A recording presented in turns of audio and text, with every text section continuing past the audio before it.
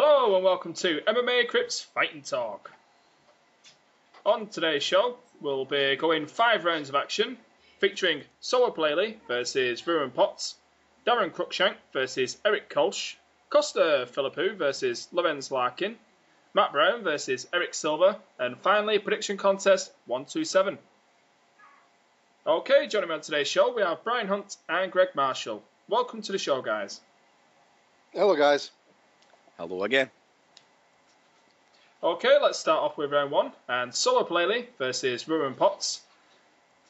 Now, this was a UFC debut for former EFC champion Ruan. Ruan was given a pretty stern test in his Octagon debut as he faced off against 12-year MMA veteran Palelei. Now, Silva proved too much in the fight for debuting Ruan, as Silva managed to finish off Potts with some heavy ground and pound to get the knockout victory. First off, Greg, give us your thoughts on Silva's performance. He did exactly what you expected him to do. Controlled the guy and finished him. Potts, his previous competition looked to be of a low level.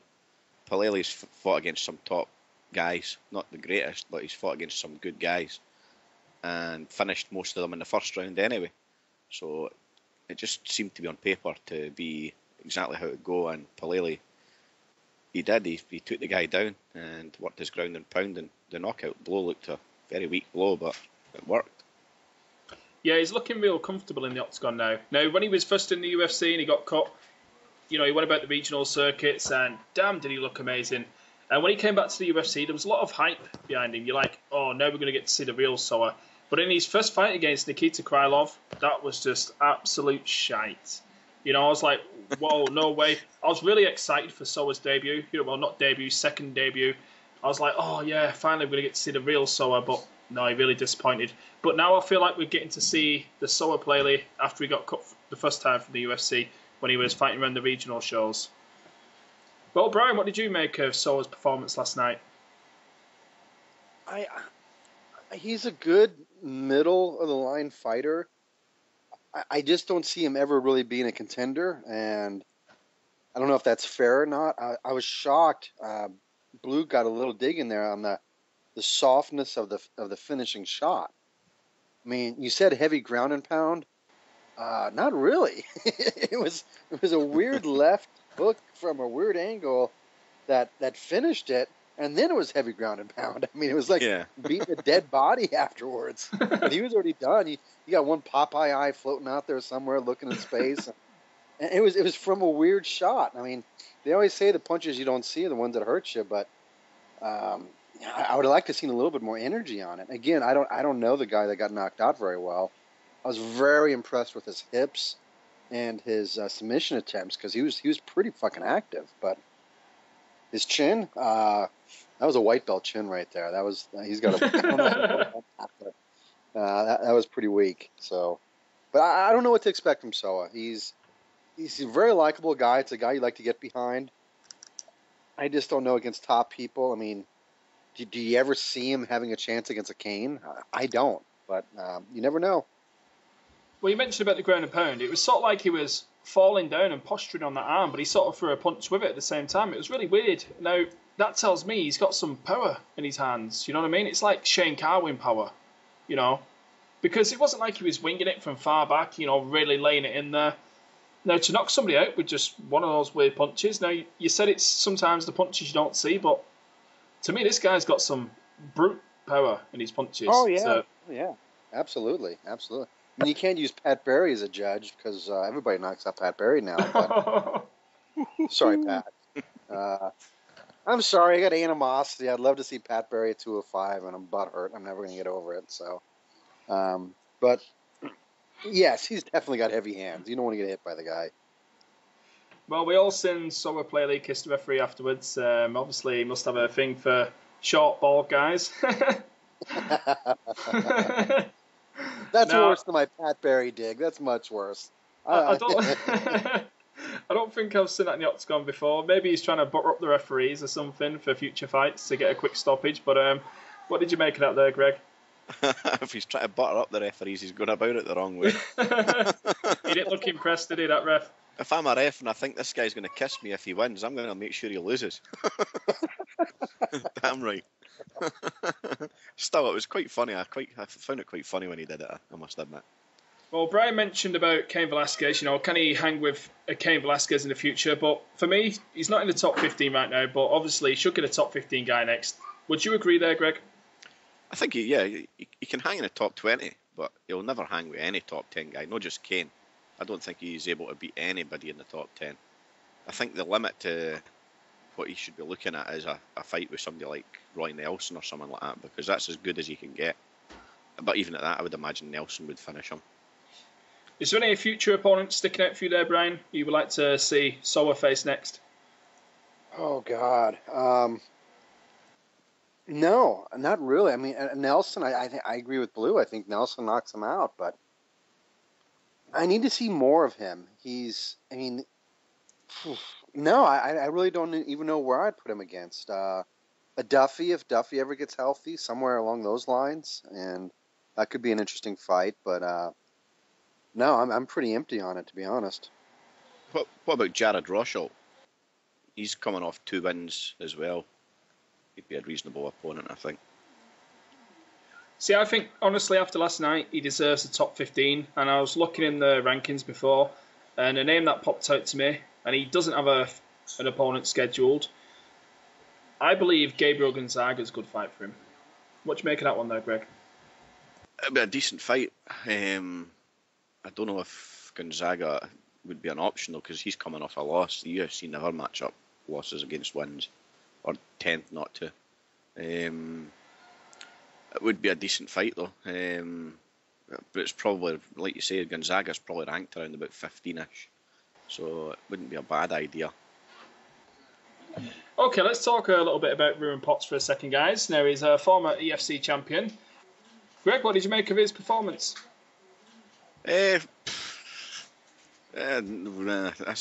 about as good as I can give. Good, huh? That's about as good as I can give. He didn't really impress me in any way. Like Brian said earlier, he did when he was on the ground. He did at least look like he was making attempts to do stuff, but he didn't really look convincing in any of it to me. It just looked middle of the road. He'll get another fight in the UFC probably, and he'll fight a low level guy, and he'll probably lose again, and he'll be gone. I'm not overly impressed. See, for me, at the start of the fight, he looked like he had 100% octagon jitters. He was nervy, he was edgy. He literally came out and backed himself against the cage. And he started throwing out these, pathetic leg kick attempts, just missed by a mile. And when they did land, there was nothing in them. It was literally to try and back up Silva, but Silva just came at him still. And then he threw, this sloppy hook and sort of a attempted kick afterwards, which Silva just got the takedown on him, but as Brian said, and I do agree, he did show some skills off his back. He seemed to, his nerves sort of subsided in the fight, and he sort of, got into his groove a little bit when he was on his back. He did a nice reversal. I think Silva was in side control, and he just flipped Silva over. That was absolutely impressive. But again, he just got wrestled back down to the ground, and Silva got to full mount a little too easy for my liking too. So, but for me, on the whole, I believe that we only seen about 20% of Ruan's game, to be honest with you. I think that's just mainly due to nerves, and I think he just took too long to get into the fight, and I believe that Silva played a smart game on the ground. He pinned him against the cage, against the corner posts, and there's not a lot he can do with his hips from there, and yeah, Silva played it really smart for me, and it just made him look pretty bad on the ground in a way. So I do believe we've got more to come from Ruan, but yeah, not the greatest debut in the world. I'm sure he's not very impressed with it. Okay, let's move on to round 2. And Darren Cruickshank versus Erick Koch. Now, heading into this bout, Erick Koch was making his second appearance on his UFC lightweight return, having beat Rafael Oliveira via TKO punches in his last bout at UFC 170. Now, Darren Cruickshank was coming off a wheel kick victory over Mike Rio at UFC on Fox Henderson versus Thompson. So both fighters coming off impressive TKO victories. Now this was the first major upset of the night for UFC Fight Night 40, depending on your view of course. what you would consider an upset. As Darren Cruickshank recorded a TKO victory via head kick and punches over the number 15 ranked featherweight fighter, Erick Koch. First off, Brian, was this an upset? No, not in my eyes, but that could just be lack of information on my part. I liked Darren going into the fight, and I've been fairly busy, so I'm not the most up-to-date on everything right now, but if Darren pulls the trigger, he has a good chance of hitting what he's shooting at, and it just seems like he doesn't pull the trigger enough in some of his fights. So I favored Darren. I put money on the Crypt bookie on him. I think 10 million or maybe, hell, I don't know. But good return because he was an underdog. But he was my fighter to pick, so I liked it, and I wasn't sure who was going to win, to be honest, because they both throw pretty powerful techniques. But I was leaning towards Darren. I felt pretty good about him winning, so we'll go from there. Greg, same question for you. I think it was an upset of sorts. Erick Koch had a lot of hype behind him when he was fighting at 145, and he was expected to. Well, he was in a title fight and only lost it because he got injured. So he should have fought Aldo back in early 2013, I think it was. So on that basis, yeah, it was a bit of an upset. But like Brian said, Cruickshank, he's a bit hot and cold. He loses fights he should really win, and wins fights he should lose. His last loss was Adriano Martins, who I wouldn't have thought would have been an issue for him to beat. But he lost that one, and if he'd won that one, he'd be on a 4-fight winning streak just now. He's exciting in the cage though, Cruickshank. That's one thing about him. He's good to watch, and his kicks are usually pretty exciting as well. So hopefully he gets a step up next time. I'd like to see him fighting somebody on the verge of the top 10. Now, we know that Erick Koch, she's a black belt in Taekwondo, but do you think he was sort of foolish to try and outstrike Darren Cruickshank last night? Because from what I recall, I don't really remember him shooting for a takedown in the fight. That's for you there, Greg. I would have thought that Koch would have thought he would have had an advantage standing anyway. So yeah, I'm not overly surprised he chose to stand in and fight with him. He never really had the opportunity to shoot for a takedown because the fight didn't last long enough, really. He never looked in any great trouble up until the point where he got knocked out. I would have said. I thought he was actually probably winning the fight until he got knocked out. Same question for you there, Brian. Do you think he was sort of foolish to stand and trade with Darren Cruickshank? Because you mentioned, this guy throws his hands. He only has to land. No. I thought it was a well set up match to where both of the guys' strong suits matched each other. So the fight was going to happen at range, and it was whoever landed the big shot first was probably going to win. So I didn't have an issue with his strategy at all. He got caught. I mean, how many people are looking for a followed up roundhouse kick to the head after the first roundhouse kick to the head? So it's not an easy technique to defend. You're not going to expect that one too many times. So. Well, you talk about the kick there, Brian. I was watching Robin Black last week or this week. It was on the Fight Network. Now, they did a demonstration with Chad LaPrice in the gym. It's sort of where you fake the punch to the body and then you come up high with a head kick so they don't sort of see it coming. Now, that was sort of the first sequence in the combination that Cruickshank threw last night. Obviously, he switched his hips and threw up the other head kick.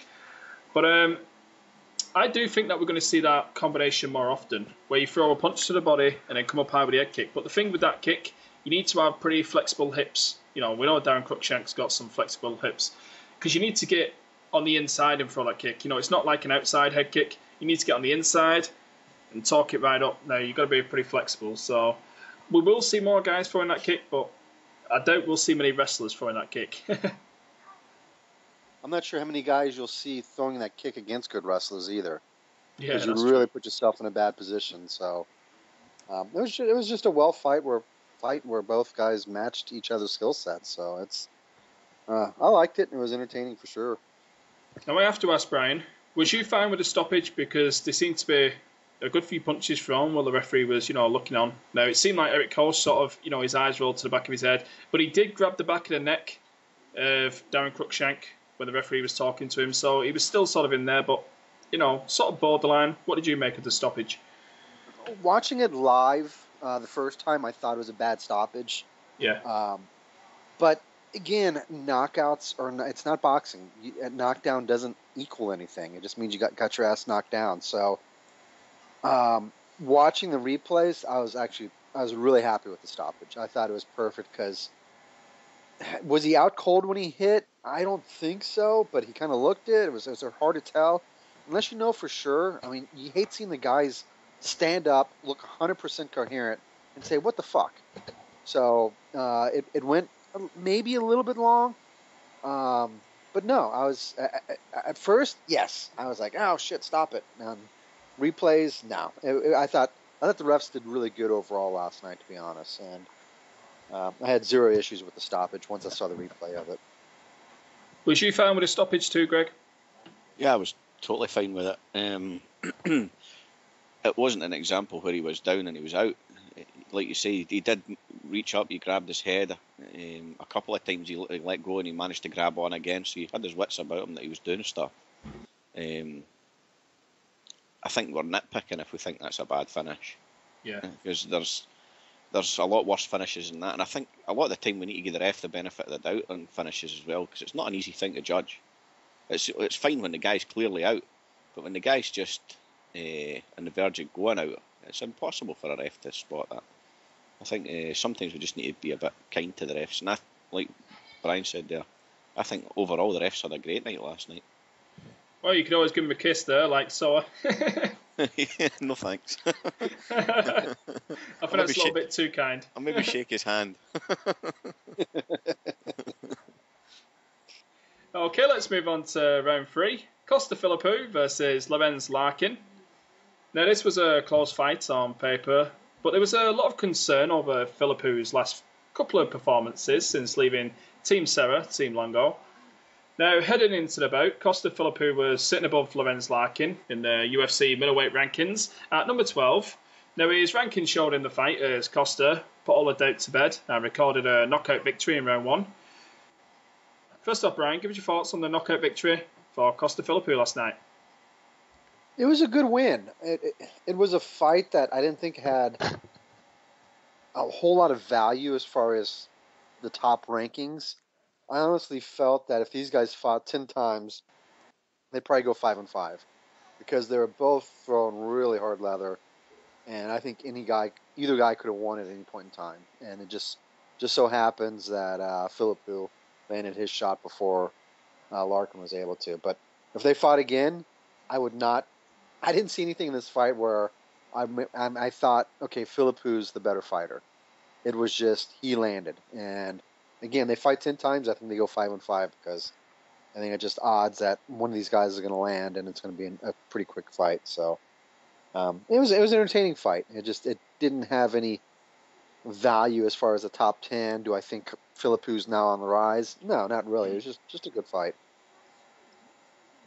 Okay, Greg, give us your thoughts on the bout between Costa Philippou and Lorenz Larkin last night, and Costa Philippou's knockout. For me, the one thing that looked different is Philippou looked like he had a bit more, what's the word I'm looking for? A bit more urge about him. He wanted to fight. The last couple of times. Yeah, well, that's maybe the word, but not the word we would use. But yeah, he did look like he had a bit more about him. The last couple of fights, he's looked a little bit lost, for want of a better word. He didn't really seem to be in the fight at all in the last couple of fights. Maybe this is because Larkin fought the way that made it easier for him. He's been able to do that, but he seemed to be able to use his boxing a lot better this time, and Larkin allowed him to use his boxing. I thought Larkin could have been a bit more dynamic and tried to pop in and out, but he just kind of stood. He didn't do enough to keep out of the range of Philippou's boxing. Well, for me, I think Lorenz Larkin, he brings more of a Muay Thai base than what Costa Philippou does. Yeah, Costa Philippou throws a few kicks, but we all know he's more of a boxer at heart. And we all seen what happened when Glover Teixeira faced John Jones recently. That was more of a boxer versus a Muay Thai guy, and Jones just dismantled him with a wide array of attacks. So I sort of felt this fight would have gone the same way. But for me, the key was, it was Costa Philippou's accuracy and timing. Now, he kept stepping off and throwing that vicious hook, and every single time it landed right on the chin clean. Lorenz didn't do too bad when he come inside. He whipped a few of the elbows, some nasty elbows, to be honest with you. Good few uppercuts, but for me, just that step off and hook to the chin. And he actually sort of finished the fight too, because he threw that overhand right, and then he steps off and threw the left hook, and then went back for the right again. Absolutely beautiful. Now, I noticed on this, guys, Michael Bisping was doing some analysis for Fox last night. Now, he was touting training partner Lorenz Larkin to win the fight. Do you think Michael Bisping versus Costa Philippou will be a good fight to make next? That's for you there, Brian. No, I think you shelf. I think Blue's been saying this for a little bit, but you shelf Bisping until Silva comes back. And I love the Anderson Silva Michael Bisping fight. I think that's a fun fight. So that's where I think I would go. Greg, what do you make of the Bisping Philippou bout? Again, it's one of those fights that won't happen because Philippou's coming off a win and Bisping's coming off a loss. It just won't happen. You don't think rankings will play a part? No, there's other guys that Bisping can fight and Philippou can fight. If there was nobody else, then yeah, maybe makes sense. But I think there's other guys out there. It makes more sense for Philippou to fight, I don't know, Tim Kennedy. Because Philippou, that win will put Philippou back into the rankings about number 7 probably. So I don't think Kennedy Philippou should happen, but it would make more sense for that to happen than Philippou Bisping. See, but Philippou's coming off 2 losses, and this is his first win. Now, UFC have done crazier things, so I'm going to go against you guys here, and I honestly believe, just off the rankings now, they're about the same, about 8th and 6th or something, so I think there's a little spice to it now with him beating Bisping's teammate, and it's a fresh new fight too, both strikers in a way, and Bisping can sort of shine in this fight, Will he get taken down by Philippou? If he does, I think he'll get back to his feet, no problem, so... It'll be the other way around, Bisping will be the one taking him down. You think? Definitely. Interesting. Okay, moving on to round 4. Matt Brown versus Erick Silva. Now, this was the main event for UFC Fight Night 40 last night. Now, Matt Brown was heading into this bout riding a 6-fight win streak, and Erick Silva was 4-3 in his last 7 UFC bouts. Now, a lot of the fans felt Matt Brown was the favourite in this fight, which I felt was not the case, to be honest with you. But once again, Matt Brown proved me wrong, and all the doubters wrong too, as he blasted out a TKO victory over Erick Silva in round 3. Okay, first off, Brian, did you doubt Matt Brown had the skills to match Erick Silva in this fight? Not at all. This fight was easy for me to decide. I just had to look at 2 things. The first 5 wins of Brown, I went against him in all 5. And I'm like, no, he's not going to win. And he wins. So the last fight, I picked Brown, he won. And I kind of decided I'm no longer going against Matt Brown. I was not a fan of Matt Brown coming out of tough. I mean, he had the whole immortal thing. I did some time, and he's this big, tough guy. And I thought he was really soft on the show. I thought he was extremely soft. And so I was not a fan. I was not a fan at all coming out of him. I thought he was more image than real fighter. But the fucker's improved. He's improved a lot. He's a scrappy guy. Lots of heart. So for these last 2 fights, last night and the previous fight, I was picking Matt Brown. But then you look at the opposite side, Erick Silva. He doesn't put back-to-back performances together, bad ones or good ones. And he win one, lose one, win one, lose one, win one, lose one, win one, lose one. So his next fight, I guarantee he's going to win. There's too much history involved that it makes it easy. Until it's proven wrong, there's a trend. So this was an easy fight for me to pick. I was glad Brown was an underdog because I won some crip cash on it. But it was just too much history behind it. I can't go against Matt Brown anymore. He's proved me wrong too many times. So, and that was it. Do you think Matt Brown's a legit contender now, Brian? And maybe we should sort of just give him the respect he deserves? It depends. I mean, everybody's bashing the hype of Matt Brown, but yet everybody was sucking a lot of Silva. So if the hype of Brown derails the hype of Silva, well, how long is it just hype? I mean, he's got to have some value. He's beating guys, he's finishing guys, and he was in bad shape last night. He was really hurt in that fight. So eventually he's going to have to get the credit due. I think if Silva would have won, people would be talking about Silva in the top 10 and really moving up.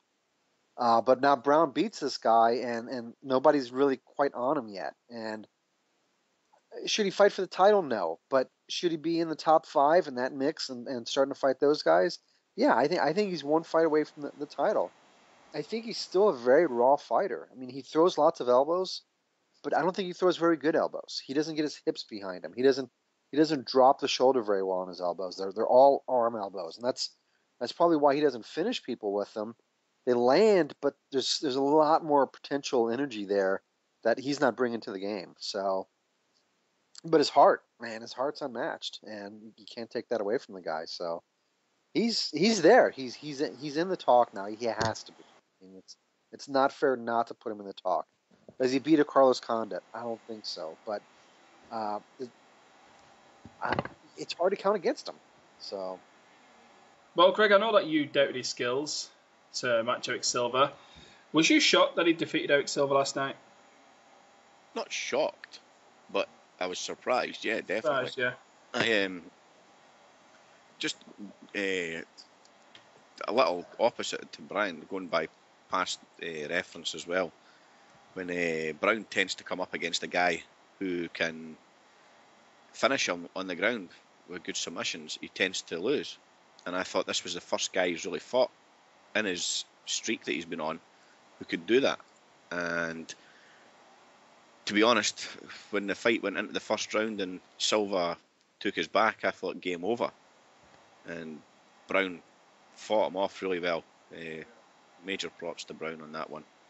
It's not often a guy would be able to take Silva off their back, and let alone go on to win the fight. My problem with Brown is he's too aggressive, and I think that'll be his downfall in the end. It makes for a really exciting fight. It makes for something great to watch. Should really have him a huge fan base, but there's too many people just think he's not fighting quality fighters, which is pretty much the case up to now.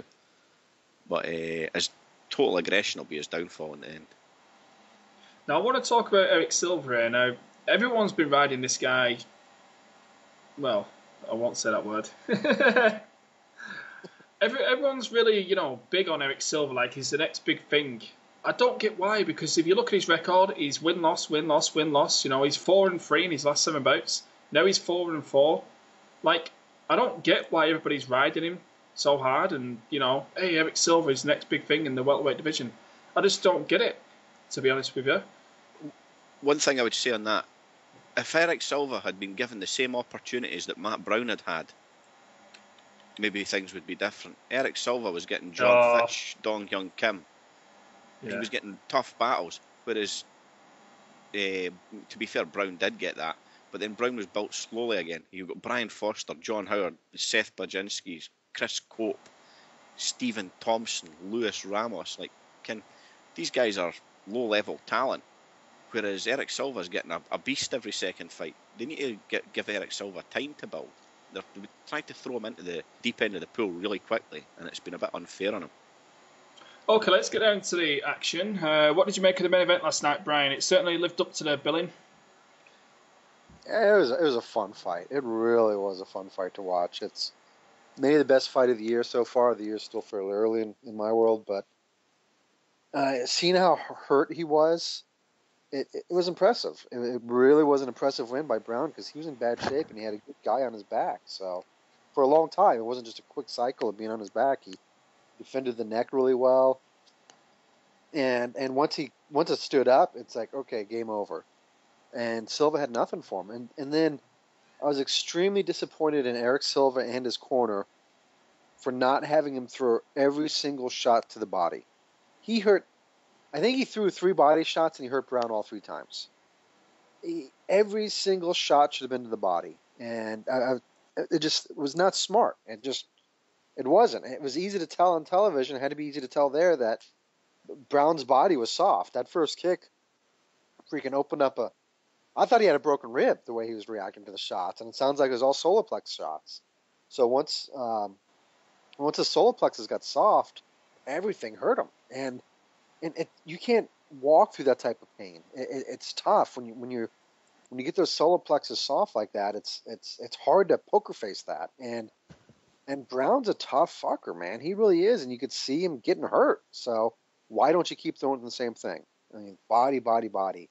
But he didn't do it. And to be fair, Blue's right. Silva looks so damn good in his wins, they push him up way too far. And we all ride his nuts so bad when he looks so fucking good. Like, oh wow, this guy's a top 5 guy.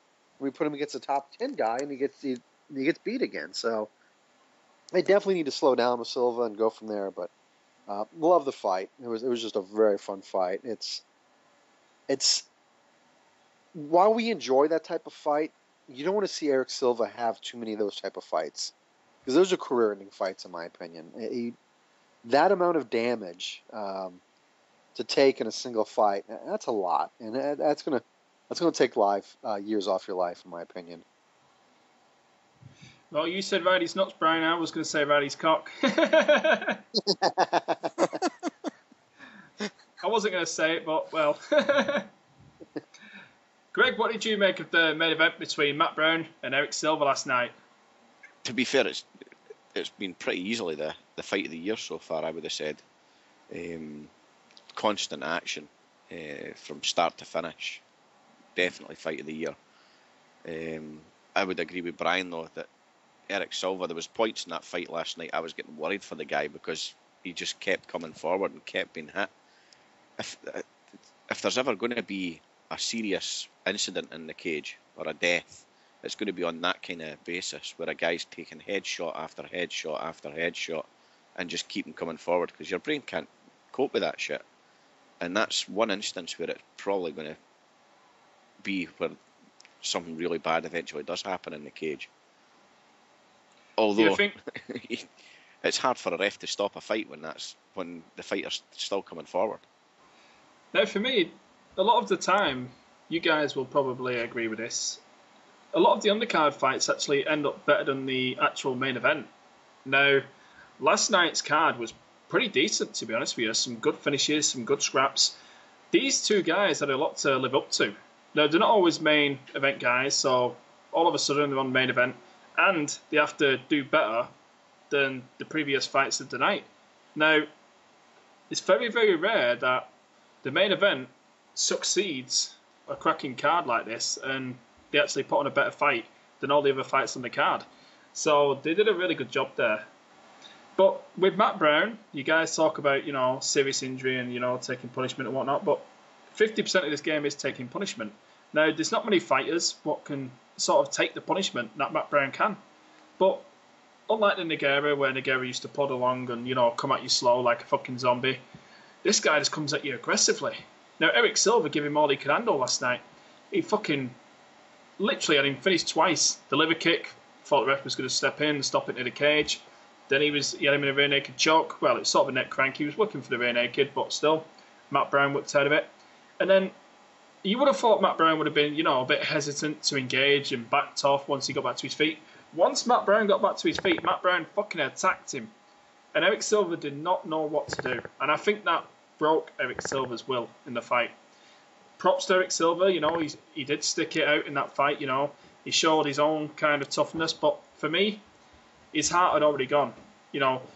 Matt Brown's heart is like, I ain't going to stop and I ain't going to quit. But when I get back up, I'm going to fucking kill you. Now, Erick Silva, I'm not going to stop, I'm not going to quit. But when I get back up, I'm not going to come and try and kill you. That was the difference. Matt Brown's just a fucking animal. He's a real fighter's fighter. Sort of like Conor McGregor in a way. Now, there's only one way to defeat guys like this, and it's simply just knock them out. It really is. But it sort of takes me on to my next question here anyway. Do you think that is enough against the elite level guys, the likes of like Robbie Lawler, who's been around the game, and the likes of Hector Lombard?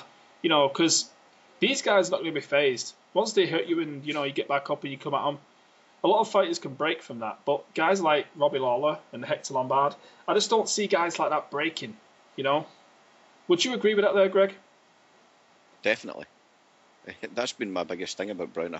And like I said earlier, I think Brown's aggression will count against him against these guys. A Robbie Lawler or a Hector Lombard will counter him. Yeah. He just can't be as aggressive as that against somebody like them. Carlos Condit, guys like that, these guys will counter him, and he'll just not get the same opportunity. It's just a composure in ring time, you know. Like when you hurt somebody and you know you don't finish them. Like a lot of fighters, they panic over that. You know, it's like getting your first big major cut. Some fighters panic. Guys like Hector Lombard and Robbie Lawler, all these experienced guys, they're not going to panic in those situations. Yeah, definitely. These guys have fought tougher guys than Matt Brown in the past, to be honest. I hate hating on Brown because it seems harsh, because the guy is great to watch in the cage. He goes out there and he doesn't beat guys, he beats the fuck out of guys. But he's still got to prove himself against a top level guy. I mean, he's never fought anybody like Lawler, Lombard, Ellenberger, Condit, Woodley, Hendricks, Maya, Dong Hyun Kim, Safadine. There's 9 guys right off the top of my head. It's just, he needs to fight somebody at that level to really show that he's got it. And do I think he could beat any of the guys? Maybe 1 or 2 of them, but most of them will beat Brown, I think. See, I still think he's suspect to the wrestlers, to be honest with you. He just doesn't have that frame, if you know what I mean. He's not too bad at the scrambles, but I think someone like Tyron Woodley, would take him down all day long. And not to mention, Tyron Woodley's boxing, it's certainly enough to hang on the feet with Matt Brown. And the power too. Like I say, Matt Brown keeps coming forward, but there is a way to stop him, and it's knocking him out. If you got the power like Hector Lombard or Tyron Woodley, you know, he's going to be in serious trouble. Would you agree there too, Brian? Do you think once he gets to these elite experienced guys, that his immortalness, you know, it's not really going to help him too much? I'll take 2 guys, say Woodley and Hector.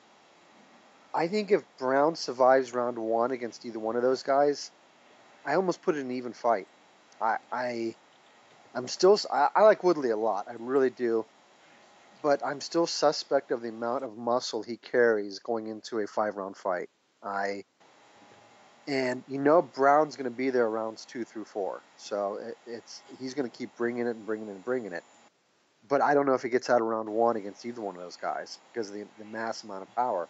And same with Hector. I don't trust Hector's cardio in round 2, and I could see Brown winning those fights after round 1. And against the Condit, no. Condit's there for 5 rounds. I think he could beat a Safradine. I think he could beat a Maya.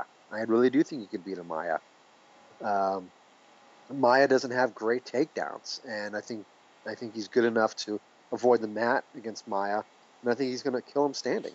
And Maya's cardio, again, is not the best in the world either. So there's fights for him to win in the top 10 if certain situations play out. But again, I've been counting this guy out forever. I have a hard time saying no to the guy. At this point, he can win any fight. I mean, winning 7 fights in the UFC is hard to do. I don't care who you're fighting. I mean, I think he's number 2 on the list now for the most wins. So, of active fighters, that's saying a lot. So, well, I'm not too sure about his active wins, but I'm not counting him out no more, Brian. That's it. I've counted him out for his last 3 or 4 fights, and I give up now.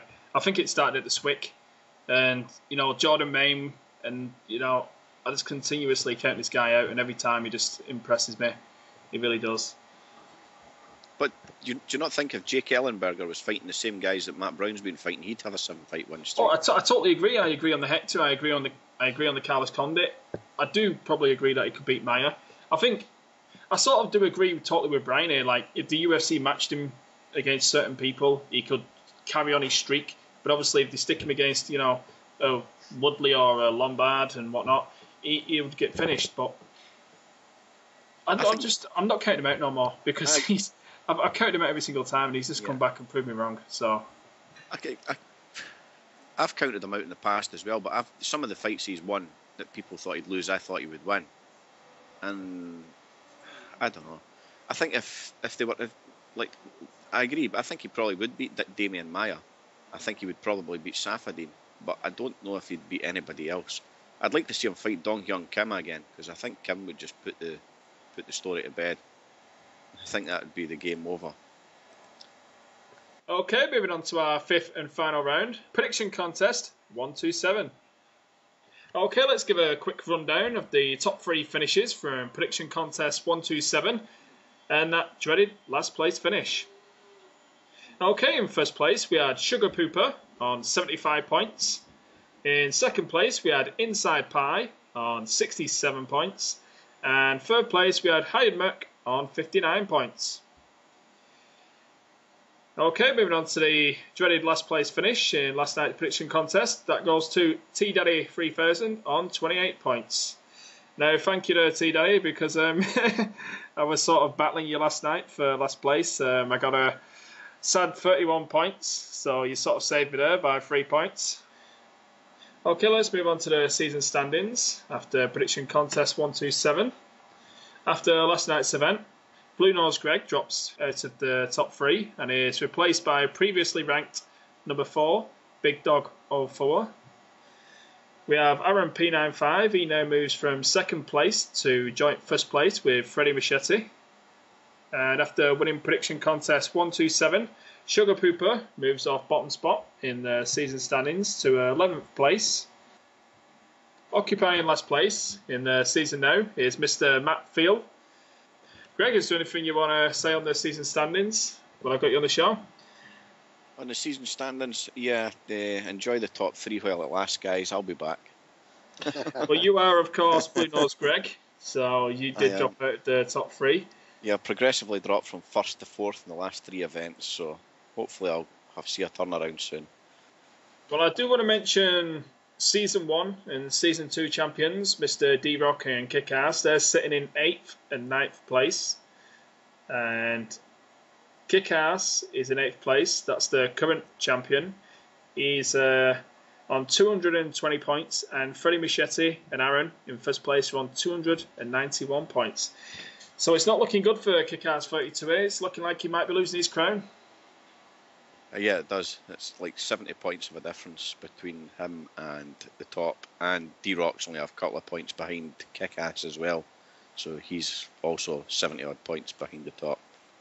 Well, as mentioned as well, Greg, we had T-Daddy 3000. He finished last place last night. That sort of hurt him in the rankings. He's still sitting in 6th place, but he clearly could have jumped to a few spots last night because sitting above him in 5th place is Jay Bleeding on 250 points. Now, T-Daddy's sitting on 236 points. So he's just 14 points behind there. So if he had a little bit of a better showing last night, he could have been sitting around the 4th or 5th mark, right near you, Greg. Yeah. He's if he'd had a score similar to Inside Pie or Sugar Pooper, he would be top 3 just now, probably. But instead, he had a score as bad as 28. Not to rub it in. Now, Brian, as I've got you on here, I'm not seeing no misfit on these season standings. Is he chickened out this season? Misfit has gotten busy.